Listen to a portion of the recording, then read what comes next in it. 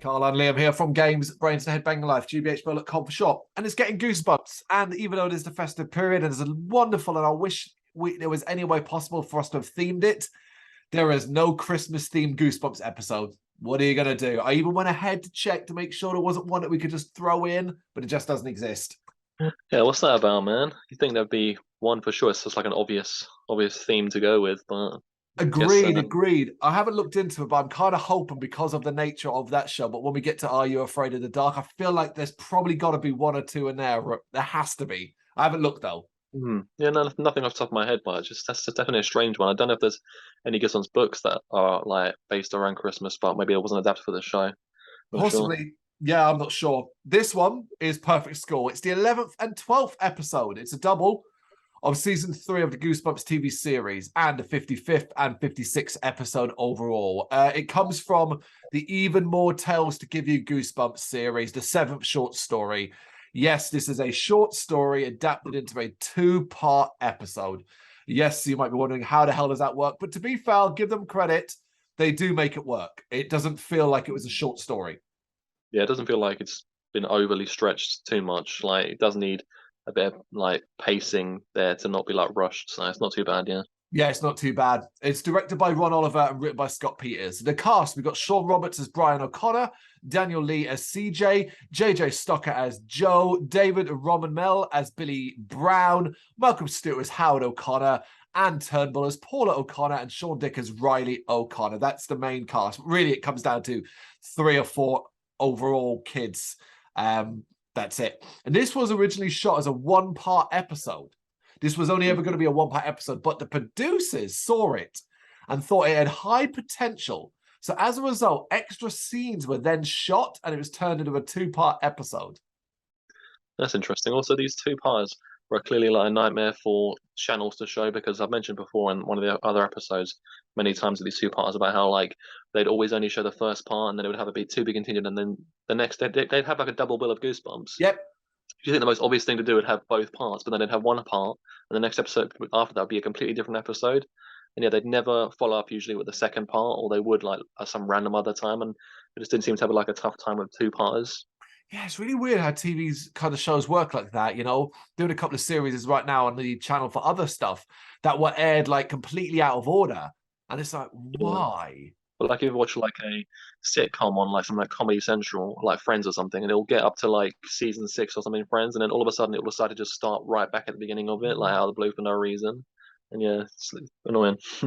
Indeed. And the other fact I found out about this episode is David Rommel, who plays Billy Brown in it, played Mike in season 1's Welcome to Camp Nightmare, but I didn't recognize him, and that was so long ago I could not have put the 2 and 2 together. Oh, kind of similar-ish episodes, I suppose, in a way. Yeah. Oh, yeah. This one's got, yeah, it's got less baffling, wacky ending, but it's still all right. It's out there. Yeah. Yeah, it's like kids being sent off somewhere, like bad kids to be like set straight type thing, you know? Yeah. Yeah, and odd things are going on. So get this. We open on a shot of a house, and it's night. I was like, well, that's Goosebumps trope in with straight away. We've got a house. Lightning strikes and we cut to a geeky looking boy hiding under his covers. He's hearing scary voices from the vent, which freak him out as the storm outside goes insane and we see the power being turned off. I'm not going to talk too much about the storms in this double episode yet, because there's later points where I'll bring it up, but my God, is this the most stormy episodes I've ever seen. Yeah, that's true. There's a few storms. We then see 2 adults heading back from a meal out, talking about having left their kids home alone. And one of them says, what could go wrong in an hour and a half? That's some good foreshadowing. Back to the house, and we see a figure walking up the stairs slowly. And it's like, straight away, I'm like, oh, God, this is going to be an older sibling, going to scare the younger one. Oh, it's going to be that, you know. Felt something. No, man, it's going to surprise you. It's not going to be that at all. No, it's going to be this kid's going to get murdered in his bed. That's the opening. I was thinking it was going to go the new Halloween movie route, you know, where maybe like he scares him and ends up killing the little brother, like a little twist on it, man. You know, yeah. Amazing. As the parents arrive home, the figure gets to the bedroom and the door slowly opens to reveal a person wearing a black balaclava. The young boy in the bed screams as we fade to black, and that's our cold open Goosebumps classic. The end. The end. Of course, this is Goosebumps, and when we come back, we immediately see the truth of what was going on, and the balaclava is pulled off by two disapproving parents. The acting on the parents here is the best and worst thing I've ever seen in Goosebumps parents acting. They were told, be disapproving. So the dad's just like that. Like, it's the most cliche disapproving look like that.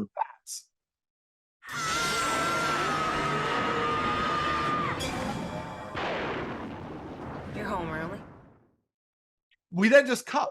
Like, you cut from that to the next day, and we see that this older boy, aka Brian, as we'll find out, is being sent away to summer school. His parents are mad that he's scared his younger brother Riley. He's basically constantly pulling pranks and stuff like that, and they've kind of had enough, and they're sending him off to summer school to be, well, I guess the term is you used already, set straight, as it were.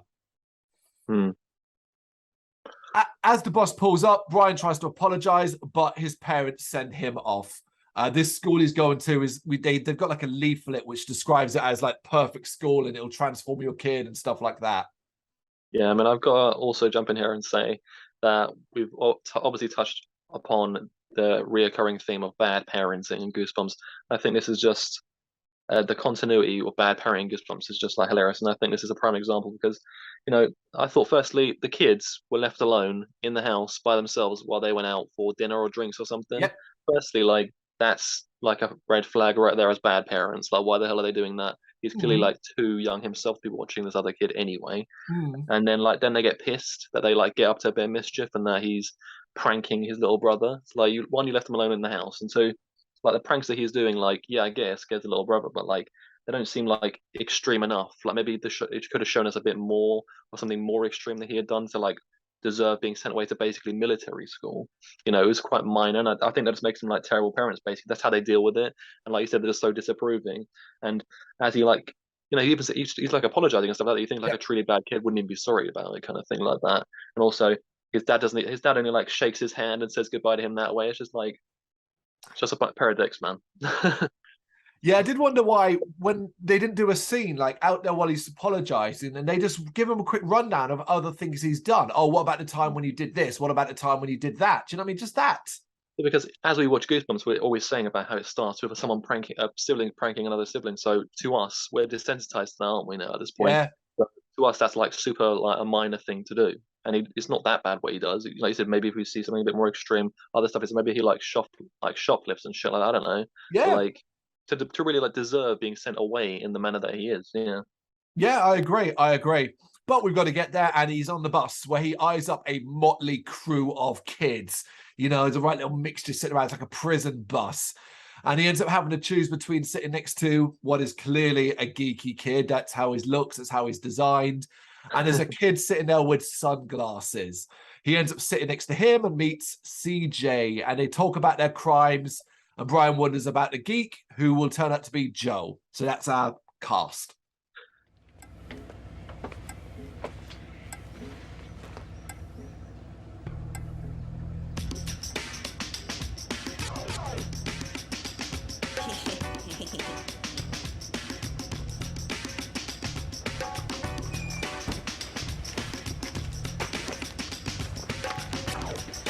Welcome to the party. I'm CJ.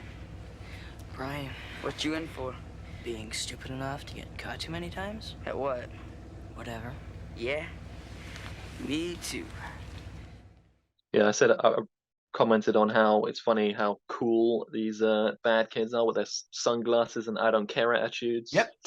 Yeah. And weirdly enough, like I said, it's like you already said it, but like have it so like, you know, they actually do stuff. It seems like they're like, oh yeah, what are you in for? Oh, I'm in for doing something minor. It's like, no, like make it serious. I set fire to the school football field. Stuff like this. Do you know what I mean? Yeah, it just seemed like they're like misbehaving kids rather than like bad, I guess. Yeah, not bad. Yeah, they're not bad kids. Yeah. The bus pulls up to the school and we get military march style music. You know the music, people. It's the drums and all of that stuff. We see a dude in a uniform with a clipboard, and we even then, weirdly, I was like, what the fuck's going on? A date and time and text on the screen come up, you know, like a military movie, like that, with like a typewriter. So, okay, that's weird. The kids get off the bus, which pull in a warehouse and line up in front of a stern-looking man who immediately rips CJ's magazine out of his hand. So he's the boss. He's in charge. He orders them not to move while he deals with something, and we see a recent attendee being reunited with his parents. And all I thought was, when I see this kid, oh, this is a Tory school. They go here to be transformed into a Tory. Yep, seems to be. After we see the kids having to give up all their personal items, a la prison, basically, put all your personal items in here. And then randomly at the back, Brian starts to get into it with a student who was mopping. And they kind of push it and shove him because, like, Brian made a crap joke about him missing a spot. It was like, whoa, that kid got hot and heavy. The teacher's angry and orders the student to be taken away and says his program is to be accelerated. So you know something weird's going on. Hey, you missed a spot.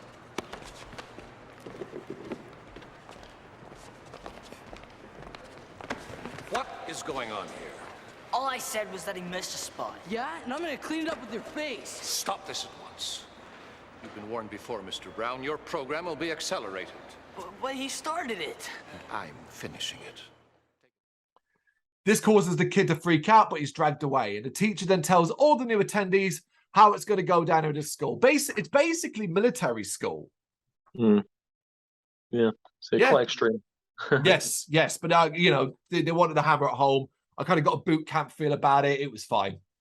Yeah, but then based on what actually is going on, it does raise questions of whether or not the parents, like, I don't know, I can't know if they confirm for sure that the parents know what's actually going on at the school or not, or they just think that this kid's return reformed. So it's hard to say. Maybe if they do know what's going on there, maybe that's why they sent him away there, because they were just like sick of his, like, you know, silly shit he was doing and just sent him there anyway for that reason. I don't know. Damn it. You know what? Remember that when we get to the ending, because I want to talk, when we get to the end, I want to talk about what I feel like what they should have done to make it a better ending. But you've just thrown, like, to make it more goosebumpsy as well, but you've just thrown that in that I think could work as well. Okay, so that we cut to nighttime and another insane storm is going off. And then we just go to the next morning. It's 6:15 a.m. and all the kids are having breakfast in their new uniform. Brian, CJ, and Joe talk over the table, and Brian wonders what happened to the kid he got into it with yesterday. And then we see Joe getting in trouble when he attempts to take a role for one of the others. This is the stuff I feel that, like, was added to make it a two-parter. Not that it slows it down or anything like that, but you can kind of tell where there's moments where it's slowing it down almost to be like, right, look, we want to show you a bit more here rather than just being a quicker, peppier Goosebumps episode because we've only got 20 minutes. Trying to give you a little bit of character development. Yeah. I'd argue it works out right because it does build us the relationship of this specific three, Brian, CJ, and Joe. And that was quite important, actually, for what would happen later in the story. So I can't be mad at it. Yeah, I agree. In class, the kids are given workbooks and told to fill them out. CJ and Brian remark on the size of the books and the strange questions inside. But they then also notice that Joe is getting positive attention from the teacher. So Joe's been a little bit of a teacher's pet. What's your name, son? Check it out. Looks like Joe found a new friend. That's good. Thanks. That night at 9:14 p.m., this is where I realized the number thing was taking the piss. Coming up along the bottom with the whole number thing. Why would you specify 9:14? It doesn't mean anything. And I thought, okay, you've just done that as a joke. You want it to seem like it's a military thing. And you thought, oh, let's just take the piss with it a bit, though, and just do 9:14.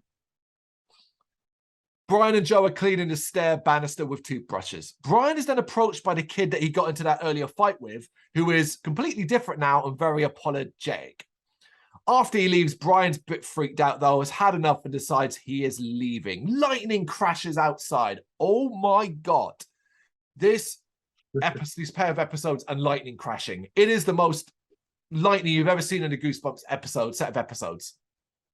I don't know where it takes place. Maybe it's a very stormy region. Well, the problem is they immediately fuck it up because we have lightning crashing and then Brian goes outside and it's a clear, nice night. There's no rain, there's no storm, there's no lightning. Lightning just doesn't crash. Yeah, that's true. He then gets to a fence and uses his belt against the fence, discovering that it's electrified. So a little bit of thinking on Brian's part there. I didn't mind it. But it does set an alarm off. Teachers come looking for him, and Brian goes all Solid Snake to avoid the lights and the teachers. It is a little bit of stealthiness going on here. Who is it?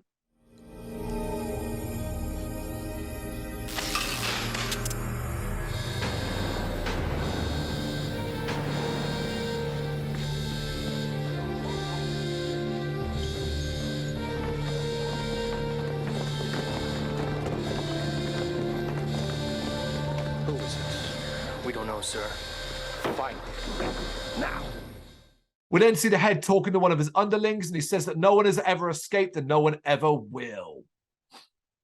There's a cool little scare moment here where Brian is almost caught when he backs up next to a teacher, and they've got a back to him, and he quickly is able to turn around and hide. We then see the head and some teachers go room to room to count heads. This next sequence, I think, is really well done. It's proper tense shit.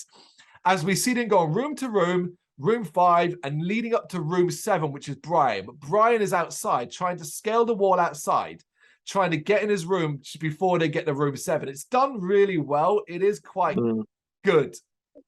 Yeah, definitely.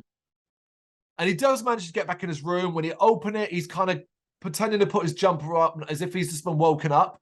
And he was going out and getting dressed. So he even covers for it quite well. Yeah, I thought it was really satisfying, the look on the headmaster's face when he knows that he's been got there, kind of thing, but he can't prove it. Yep. Yeah, you're absolutely right. I might have known. Known what, sir? Sorry I took so long. I thought it would be rude for me to answer the door in my pajamas. The next morning at 7:24 a.m. Yes, I wrote all of these down because it was doing my nutting. 7:24 now. Brian and Joe are cleaning up the mess hall, and Brian tells them that the place is a prison. Joe suggests that he will have to plan his escape before CJ comes along and says that he has to clean the toilets. Together, he then asks Brian about his attempted escape, promising to not snitch on him, all while talking really loudly, so loud, in fact, that in the episode, you can hear his voice echo around the room. Like, dude, quiet. He then suggests that Joe might actually be working with the teachers because he's being treated really well, bit of a teacher's pet and stuff like that. And you're like, yeah, okay, I can see that. That night, Brian leaves his room as once again, lightning is striking outside. He makes his way to Joe's room, but the boy opens the door, startling Brian. Brian suggests he wants to hang out, but Joe says, look, I'm not allowed. And Brian then gets really threatening with him, suggesting that, you're working with the Guardians. That's what they call them, the Guardians. Brian goes to get some water from a fountain, but starts to hear voices from below, as if it's coming from a floor below him. But voices approaching down the hallway cause him to run and hide in the classroom. But he accidentally ends up in the office of the head of the school. Seeing a phone, he uses it to make a call. But while he's doing that, a box with tissue samples written on it gets his attention. And he opens it up to see samples of kids' tissue. And his reaction to that is simply a little underwhelming. He just goes, huh, weird. What? Tissue samples.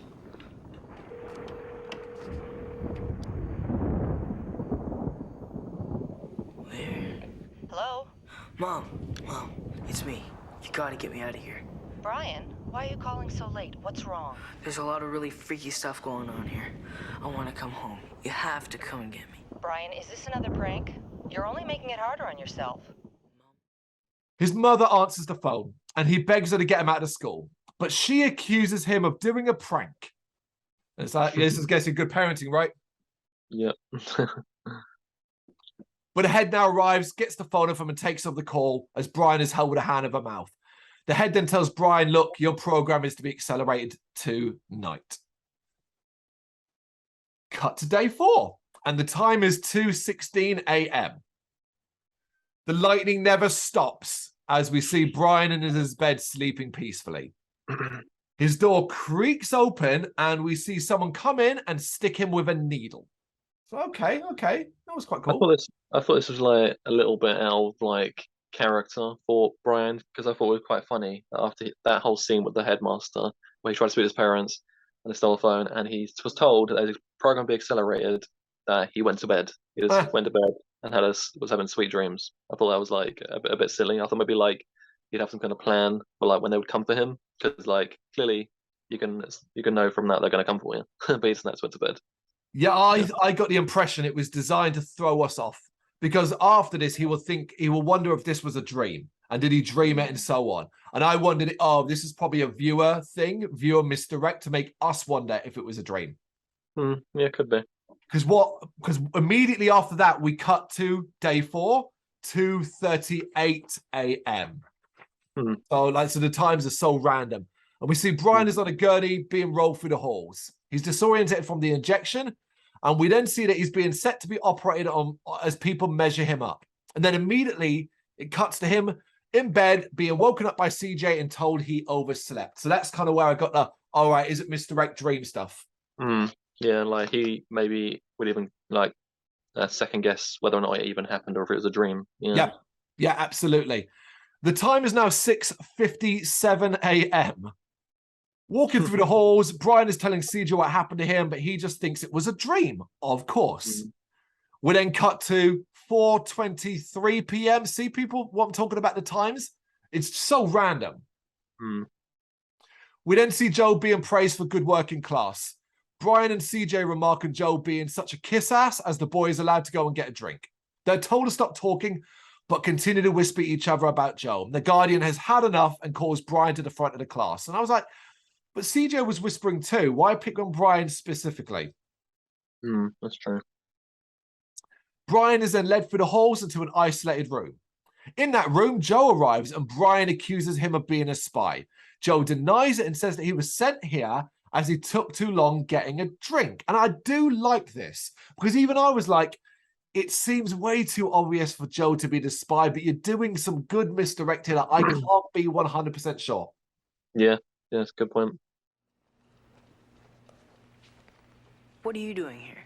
They sent you to spy on me? Spy on you? What are you talking about? I took too long getting a drink, and the Guardian got mad. How stupid do you think I am? I don't know. How stupid are you? You're not fooling anyone, okay? Me and CJ figured it out. Oh, you did, huh? Look, you think I've been all warm and friendly with these guys because I'm working for them?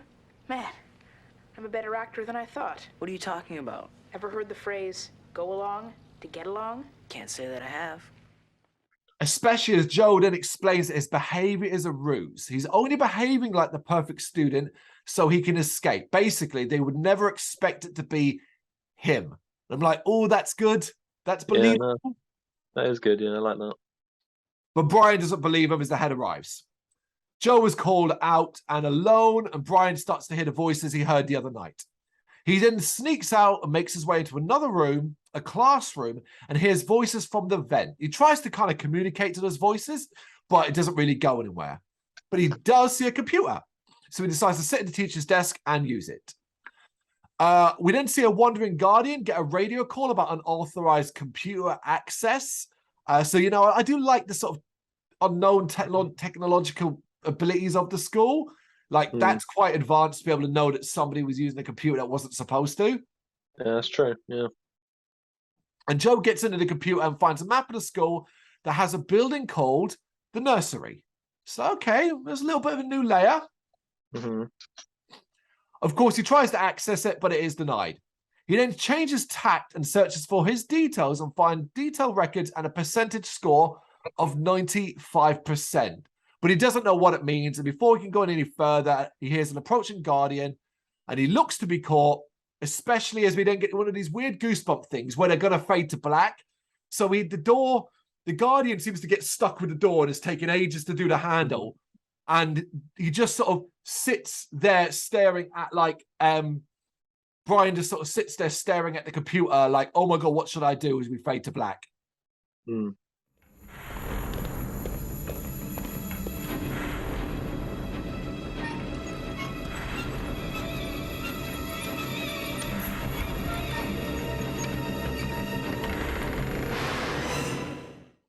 Of course, then when we come back, the door is finally open and Brian is completely gone. And the Guardian goes, all clear, you know? So you're thinking, okay, well, where did he hide? Under the desk, maybe behind something, whatever. No, apparently in that split second, he got into the vents. What? He's a ninja. Clearly. It's those kind of vents which can fit a person. He crawls through the vents and then stops when he finds himself caught by his clothes. He then takes his... Right, maybe you can explain this. He takes his jumper off, revealing a white shirt. And I could not understand why this part existed. Is this a jokey Die Hard reference? Because he's calling for an event. He checked. I could not understand why they wasted whatever was 10 seconds to even do the whole, oh, I'm caught, I now need to take this off. Yeah, I mean, that's probably what it was, but maybe it was just like hot in the vent or something. I'm not sure. Yeah. Maybe. Because it doesn't go anywhere. It's not like they get out and then it's like, oh, why aren't you wearing your jumper? Or find a jumper later on in an event and think someone was in there, you know? Yeah, no, yeah. Gotta be a Die Hard reference. Yeah. Eventually comes to an exit and we see it. The time is now 6:48 p.m. And CJ and some other kids are scrubbing the stairs. Brian comes along and whispers to CJ and tells him what he found. CJ says, look, he wants to escape too, and they agree to meet at a certain place. CJ then creates a distraction by kicking the water over one boy and then blaming another, causing a fight. And I was like, how the fuck did that other boy not see CJ do that? CJ's like, he did it. It's like, what? It's they're that volatile, man. Oh, yeah. Yeah, it does seem to be the case. They're gonna be looking for me. I need a distraction. One distraction coming up. He did it. Your history. All you guys are going on report. If you don't stop that right now. Brian is able to sneak away. And we then see the head going back to where Brian was in the isolated room to find him gone. Getting to the end here. The time is now 10:17 p.m. and Brian is running through the halls. Apparently a good, what's that? 3 hours plus past? Guardians are searching for him as guess what happens? Lightning strikes. Wow. Yeah, it's incessant. I couldn't believe it. As Brian hides from the Guardian, he finds himself at the nursery. So goes inside. And in there, he finds a laboratory. One that gives him flashbacks to his experience there and measurement data on him and Joe. So we're pretty much there, folks. We're about to get the big reveal. Are you excited? He continues to look around and finds a room filled with more equipment and mirrors. As he looks around, he pushes a light switch and sees inside tanks that have growths inside. And I don't mind how this looks. Yeah, pretty good. So the big reveal, it's clones, as he finds one of himself. Now, what I will praise about this reveal is I didn't think this was what it was. I thought it was like mind control stuff that they, you know, the program, basically lobotomies and stuff like that, and they made you compliant. Yeah, I mean, I've seen this episode obviously many times, so I knew what it was going to be. But if I to try and put my mind in the mindset of having never seen it, I probably wouldn't have gone to that conclusion. Yeah, but it does make sense. That's the one thing. I don't think it's wacky and out there because I'm like, okay, yeah. Like replace them with a compliant clone that has all our memories and stuff, but is well behaved. This is more interesting than just like, oh, they were given some kind of drug or like injected with something and that made them like altered their behavior. So I think it's much more interesting. Yeah. Yeah, absolutely.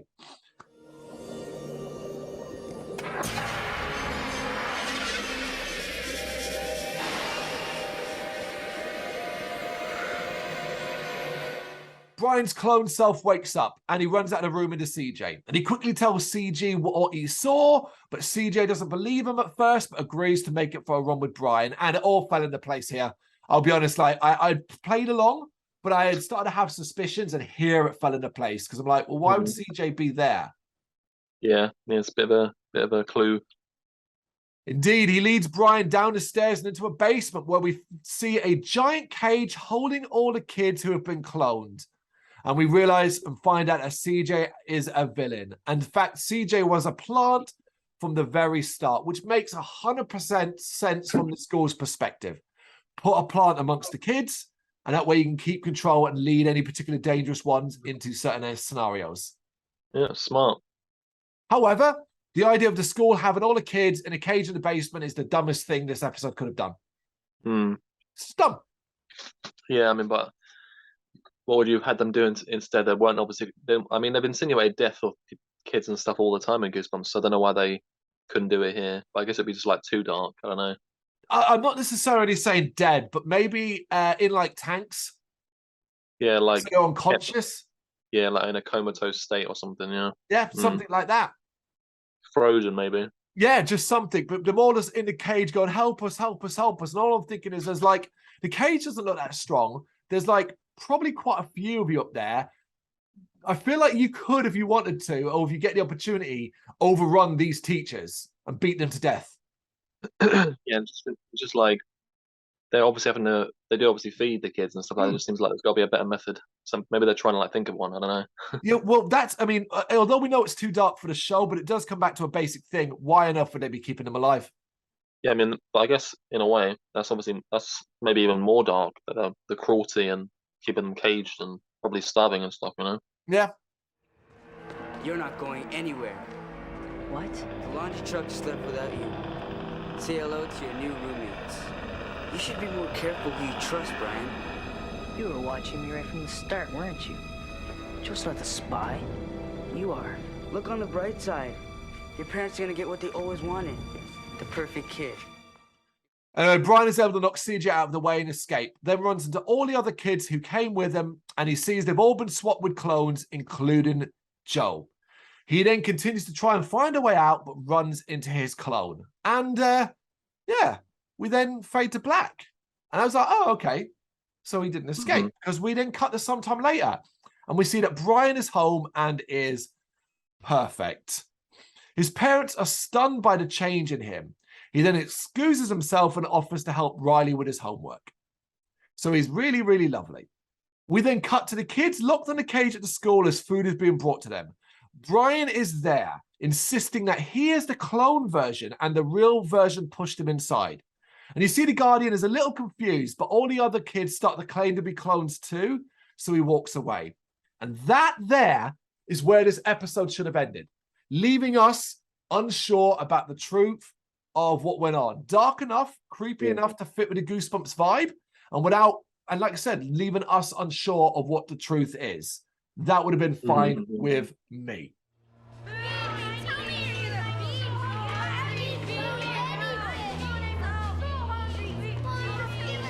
You gotta get me out of here.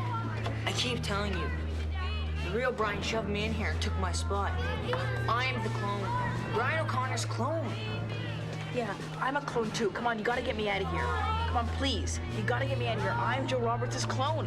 We're all clones. Let us all out. Come on. You, going back to what you said at the earlier stage, if they were going to have an extra stinger scene, I then would also happily go back to the family, which we're about to, and then reveal that the parents were aware of what they were doing. Yeah, they knew the whole time. Yeah.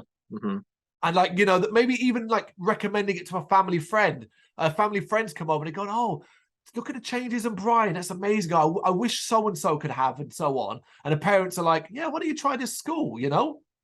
Yeah, like you could even do a third part where you have Brian escaping from the cage and stuff. He's trying to get back to his parents, try and tell his parents, like, look what they've done to me, you know. Then he gets there, he confronts his parents, like, oh my god, I've been kept in the cage. Like, that's not me, that's a clone. And they're like, we know. Yeah. And then like the head. They call the guy, comes and takes him away back to his kicking and screaming, fades to black, you know. Brilliant, yeah. Either of those two, either ending with nothing or that what you've just described there would be better than what we get, because unfortunately I don't see why it feels the need to actually spell it out for us, because we then come back and we see Brian is working on his computer and Riley comes in with a chair stuck to his butt, basically. Someone put glue on his chair. And Brian wonders, well, why would anyone do that on purpose? And Riley leaves. And then we then see Brian put glue away. And we then see that he's planning to rescue all the kids at the school. And I'm like, oh, man. So he basically said, yeah, He's pretending to be the clone so he could, get away with all of this and stuff like that. But I was kind of like, he's not really going to get away with it, though, is he? Because surely the parent's going to be like, well, Riley didn't glue himself. I didn't glue himself. My wife didn't glue himself, or husband didn't glue himself. That leaves one person. Yeah. Search his drawer. Oh, look, there's glue here. I'm stuck. What happened? Someone put glue on my chair. Really? Why would someone do that on purpose? Must have been an accident.